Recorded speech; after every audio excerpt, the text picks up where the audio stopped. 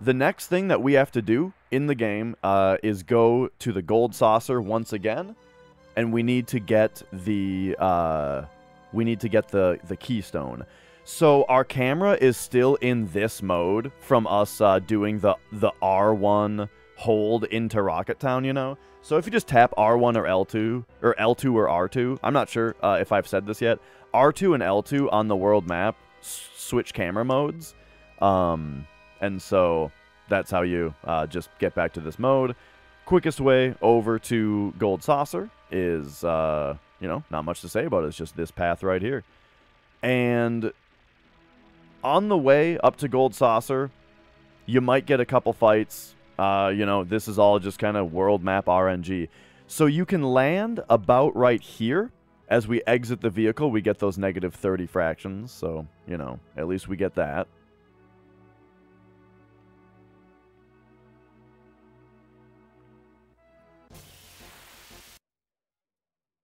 Alright, so remember when you get into a battle here to be buffering your movement up so you get those 13 free frames.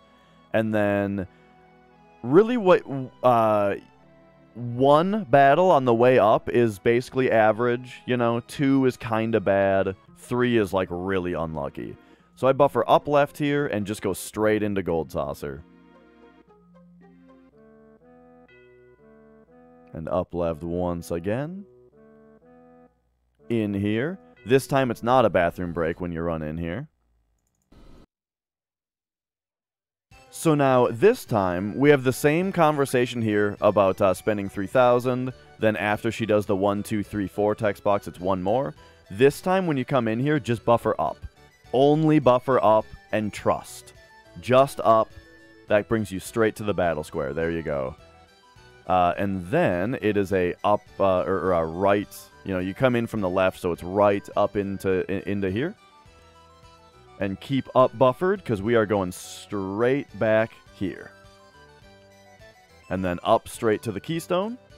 Alright, alright. And so, if you just mash through this dialogue with Dio, what he's going to do is have you participate in the battle square. The fastest thing to do, well, the fastest thing to do is to have Cloud be already KO'd here. But that's not actually, like, that's not optimal for later. Because we want, ideally, Cloud should have a limit break when we finish, when we get to Red Dragon. So, you know, if him being dead here wouldn't be good for that. But it does end this sequence immediately, and it looks like Cloud doesn't have a limit break anyway. But either way, you just run away here. That's the point. It's the fastest thing to do. And then there's only a couple text boxes here, so just be buffering down and run as you mash these couple text boxes to get out of here. Otherwise, you get stuck behind Dio. And then it's left, into down, and now we just leave. Oh yeah, and if you get a limit in that fight somehow, it doesn't get saved. Or if you have a limit and Cloud dies, it doesn't actually get rid of your limit. Because, yeah, whatever happens in the battle square right there doesn't actually affect you.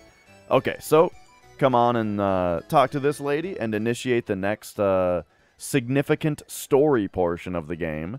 There's not a ton of interesting stuff that happens here, but there's a couple little things to point out. Firstly, you have a selection here, but the top option is the best one, so don't really got to worry about it.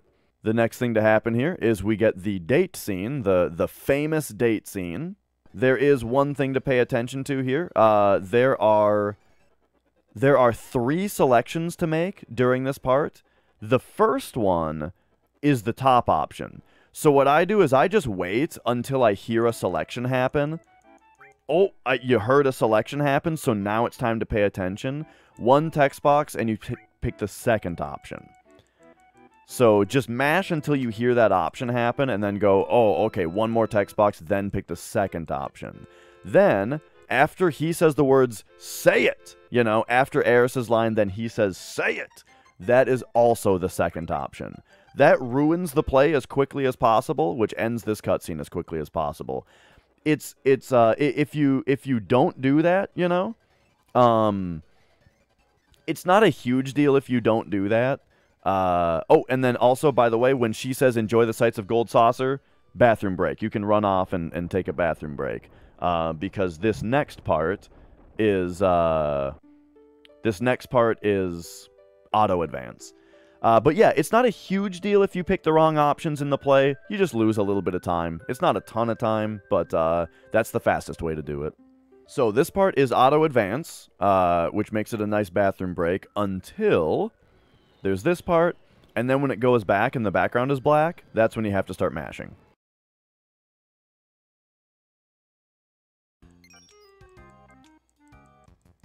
Oh, anyway, so we're on the next part. So, at this point, Cait Sith has the Keystone, and we need to chase him. He runs into Wonder Square, however, you just have to run into Chocobo Square. Because Chocobo Square is the end of the sequence, and he's here right away. So, it's right and then up. And then, in order to get him the quickest, come around the left side, and then turn around. Make sure to you know, say hi to this cute bunny girl here as you run by. Alright, so this next part is ever so slightly tricky. When the screen fades out from this cutscene, the next fade-in is a slow fade-in, but you have control, and there's an elixir to grab in this cabinet. So try to, like, blind navigate yourself back there and grab this elixir if you can. And then you come down here. And now, the party that we want is, we want to have Cait Sith as our final party member here. So, Aeris is forced into the party, and then we just go down and swap Barret with Cait. And then you can buffer down and left to get out. The reason that we're going to use Cait is because his dice limit break, well, it used to be that his dice limit break has really, really good DPS, or it can. However, we don't even use it anymore. Now it's just that he's the character that we've already set up with enemy skill, and if he's not in your party, there is kind of a lengthier cutscene that forces him into your party that we avoid by having him already in the party. So, Cait Sith is the best choice for the party right now, mostly the reason being that he's already got enemy skill equipped, and and it shortens the cutscenes to have him in. Alright, and then we just leave, now that we've got all that done. Story-wise, we make our way over to Temple of the Ancients, but first we're going to make a stop at Gongaga to grab the Deathblow materia, and also, if possible, steal a spiderweb. Alright, so at this point, though, as we're leaving Corel, this is when those numbers that I mentioned earlier, 2 Molotovs and a soft, come into play. So, buying extra Molotovs is basically just to get rid of money, but also they're nice to have. And then the soft is for safety against Demon's Gate and is optional. So, all of this is optional, but the purpose is that we need to get our money down as close to 5,000 as possible, without going below 5,000. And, you know, which is just the same as before when we had 3,981, except Palmer dropped 5,000 and then we spent 3,000, so now we have 5,981. But just as we discussed, I'm going to buy 2 Molotovs to get rid of money, and then a soft, it costs 150, so I'm going to buy that from the shop down below here for Demon's Gate safety, and that's it. But again, optional. What you need to do is have as little money as possible, over 5,000 at this point, which you may have already done in your Rocket Town shop. But the soft is for safety. Alright. Leave, buffer straight down. It's possible that you could world map manip a good traversal down to the Tiny Bronco here. I actually don't do that yet, though. But maybe that's something that I'll have to be looking into. But yeah, you could easily implement a world map manip here, where if you ran straight down, you would only get into one fight, which it would also be nice to only get into one fight very close to the Tiny Bronco, for reasons we'll get into. But, oh! Instant escape from the Jokers. Those card throw-in Jokers are like, they are the worst. They have such a long attack animation. But yeah, as long as you get down to your Bronco, like, we got there before our fractions rolled over and before we got danger, so that's pretty good. If you had danger, though, then it means that you might get into a fight before Gongaga. But either way, just hop in the Bronco, and then sail right on down here. And then I dismount about right here and go up left into up here into Gongaga. And that's it. Let's talk about Gongaga. Let's first just talk about optimal movement in this area, because optimal movement here is kind of tricky. It's not really what you would expect. So I'm going to cheat and turn encounters off for a second, just to show you movement. So first, you can go directly left. I buffer directly left into the room until we're at about this bush right here, at which point it's down left for the rest of the room. Down left hugs the bottom, and that's good. Then for this room, I go directly left until we're at about this nook right here, at which point you go up left and grab up left all the way until you grab Deathblow, and then it's down left out of Deathblow to leave. So once again, that's left into down left, left into up left, grab Deathblow, down left. So that's the movement. Now, for this particular step route that we're on, naturally though, this area has very steep danger incrementation, and so you're likely to get a battle here. If you get into a battle with a Kimara bug, which are like the giant grasshoppers, you can steal a spider web from them, and that's very helpful against the Demon's Gate fight. And this particular step route does indeed get a fight with a Kimara bug right away. And so I treat this a little bit the same as a right arm, where it's like, if we get the spider web, cool. If we don't spend too much time on it, you know? And so my rule of thumb is that I either steal the spider web and run, or I attempt steals until Cloud gets stop webbed.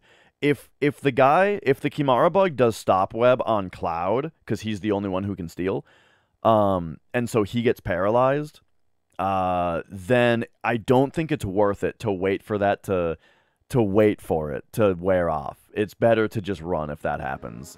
So we couldn't steal anything, so I'll go for another one. Couldn't steal anything.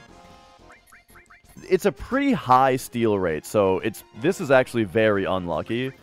And then Cloud got stop webbed, so now I run. So that was actually extremely unlucky. Like, that's pretty rare that you would try to steal 3 times, fail, and then get stop webbed. That's kind of been how this tutorial has gone so far, though. I feel like the first time I show everything, it keeps exhibiting the worst luck possible. But here we go. Let's go for a steal. We got the spider web. Now let's go. All right. Oh, on my movement earlier, I actually didn't show what you do if you get the Fury Ring. So, okay. So that before what I showed was the movement if you are not getting the Fury Ring and you were just getting Deathblow. If you're going to get the Fury Ring, then the movement is same on this screen, down left into down left. And then on this screen, it's left into up left, and then kind of zigzag with up just a little bit to get into Gongaga. And then it's just up, or after a little bit of upright, it's just up to get into this shop here. And now, this room is weird. Up goes up left in this room. So to get to this counter, this is the shop that you buy Fury Ring from, and to get to the counter, it's actually straight up. And then very conveniently also, so accessories is on top, so just mash to get into the shop. And then the Fury Ring is 1 R1 down. So when you pick buy, you can just R1 down to Fury Ring and double tap. And so that's why we that's why we couldn't have any less than 5,000.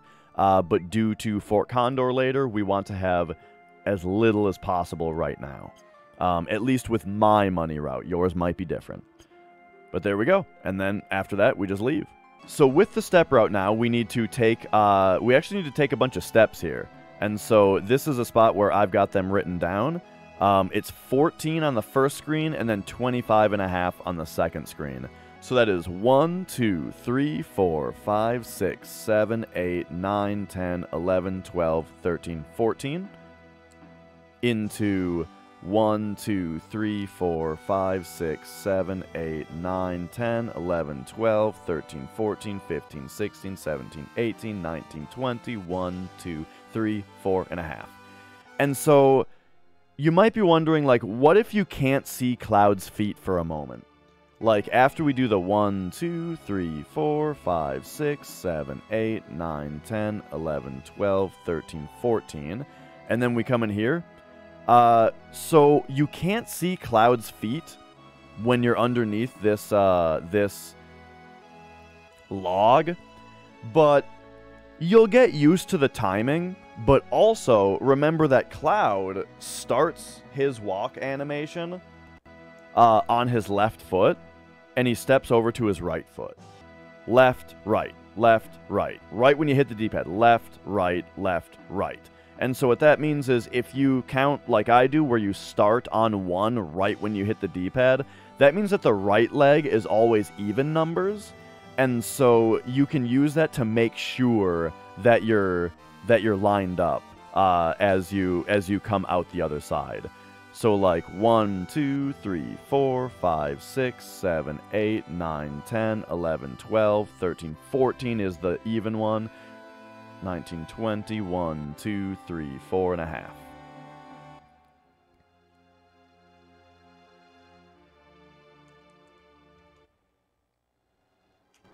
And alright. So let's grab the Fury Ring real quick, and then we'll talk about movement out of Gongaga from the village. I just hold down for this room, and then for this room, what I do here is down into left, like down with a little bit of down left into left, right? Just kind of try to like whip around this corner. Up only as much as needed to get Deathblow, and then once again it's down left to get out as quickly as possible. Okay, so now the thing is, when you leave off the left from Deathblow, you're loading back into the world map, and remember that your tiny Bronco is southeast of you. So you should be buffering down and right, at least if you parked where I did. Buffer down and right out of it onto the tiny Bronco. And now, so coming out of Gongaga means that you're at 0 danger, and your 140 fractions, free fractions, means that you should have 0 danger at this point. And now to get over Temple of the Ancients, it's just to the right, and then over here, you come up here, and this is the beach. Now, there is just a little movement trick that you can use here. So what I do is you can hold just right here to get up to the top of the beach, and from the top of the beach, I go down right, and then right here, just at the top of the forest, I go straight right for a few frames. That triggers one more danger check on grass instead of in the forest, and then you go straight down right from there to hit the corner, and we have 5631 danger if you do it that way. And so let's just show a couple other movement examples to show why that's good. If you were to park up here and go straight down right and don't do the rightward movement, that's 6484, meaning that your last encounter check was more likely to get you into a battle than with the previous movement. And then going like straight over from here is just real bad. That's a whole extra danger check. So the fastest way really is to go, down right from higher up on the beach. But that, again, was 6484. So once again, the movement I do is up to the top of the beach, a little rightward movement right there, and then into the corner. And that's 5631. So that's the lowest danger. All right. So here, you got to run up just a little bit to initiate this cutscene. And then when Aeris runs back to the party, be prepared to run straight up. Now, there's this guy up on top that you have to run around. Don't talk to him. You can just run around him. Don't talk to him. Just ignore him. After the party runs back into Cloud, just come back up here and interact with this thing. And here we go. It is time for Temple of the Ancients, one of the most pivotal parts of the run. So, movement in this run, or in this room, is very easy to understand. And this is actually something that I think I should have talked about earlier. In general, is that, basically, the way that you get through a room, all the time, what you should always be thinking about with the corners, I'm always talking about grinding Cloud into corners. I think one way to put it is that this room is kind of like a maze, right? And if you think about if you had a maze, a little 3D maze, right? And you had a piece of string going from the start of it to the end of it, right? If the string was loosely piled in that maze, then there would be more string in the maze than if you pulled it tight, right? If it was loose, there's a longer length of string in there. And, you know, if you pull it tight, you're pulling string out of the maze, right? And it's tightening up around all the corners. That's how your movement should be in this game, is a tight string, you know? Where it's going right from one corner to the next corner, it's going tightly around each corner, and that way the shortest length possible of string is in the maze, because the shortest length of string means the fewest step IDs. Alright, so now let's talk about this screen specifically. Up in this room is upright, and so, you know, just think about what I said, and use a lot of diagonals in this room to grind around corners. So first, we go straight up and then left around this corner, and then it's a little bit of straight left so you don't get onto those stairs to the right there, and then it's up left to get to this corner into just up. You know, remember the Reno stairs? You're kind of doing a lot of that here. You know, up right into right around that corner, come straight right for a bit. On this step route, we're going to get a battle right here. After that battle, for this step route, you need to take these 5 steps, like, almost immediately. I think we're okay to grab the vine here. And then, so off these vines, I usually do down right plus L in order to walk Cloud straight out this way. And then once he's off, you can go to just straight right and L. And that will have him start moving more towards this chest. So, and it's 5 steps here. Remember when I was talking about how Cloud's right foot is always the even number? For some reason, if you take walking steps right off of a ladder, that's actually not true. So don't use that counting trick if you're taking your steps off of a ladder dismount. And then is this 5 or is it 5.5? I have to remind myself because I'm new to this step route. It's just 5. Okay, so this is 1, 2, 3, 4, 5. Oh. One thing that's kind of weird about these vines is that Cloud auto-grabs them from the top, maybe even from the bottom. I usually press circle anyway, but he does try to auto-grab them. So off the vines right here, I'm going to try to be using up, left, and L to get him to run straight along this line before we release L and have him go up this way. But because of these straight along the vines, he kind of tries to grab the vines again, but just ignore it and keep going. Oh, he didn't do it. Okay, cool. And then down into the turbo ether here. And then once again, just from here, you can just hold down left all through this like little zigzag thing into down right here, down right onto these. And then this is a down right and L until he bonks right there, at which point I switch to up to grab this, and then up right all the way into these next vines, up left and L into just left, and then you gotta zigzag or you gotta go down just a little bit to get into this door right here. So that's a rather complex screen as far as movement goes, but it's at the same time it's really not complicated because it's all straight lines and right angles, you know. So as long as you've got the corner concept down, you should be just fine. But yeah, the important things though are I open all of the chests for my personal money route. I get the Rocket Punch, I get the Trident, and I pick up the Turbo Ether. You kind of have to pick up the Turbo Ether. It's right in your way. But the 2 chests I pick up for money reasons. All right. So now this room, just right is the direction that you have to go. And you just got to avoid the packing peanuts. It's not too hard. You can get screwed, though. These things are... they're based on list and stone, which I should have on here. It's based on list, what kind of rotation they have, and so you can just get kind of randomly screwed by them and have to go left, and it sucks when that happens. But otherwise, they're pretty free. Like, you can run quite a bit into the bottom of them, you know, without worrying about it too much. And then this cutscene is kind of weird. Let me show you something.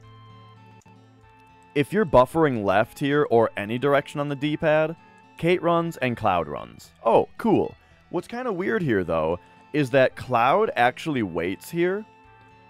Cloud waits here until you do anything with the D-pad. He actually won't go on this cutscene. You can sit here mashing, but you need to press any direction on the D-pad. I'm going to press right, and he goes.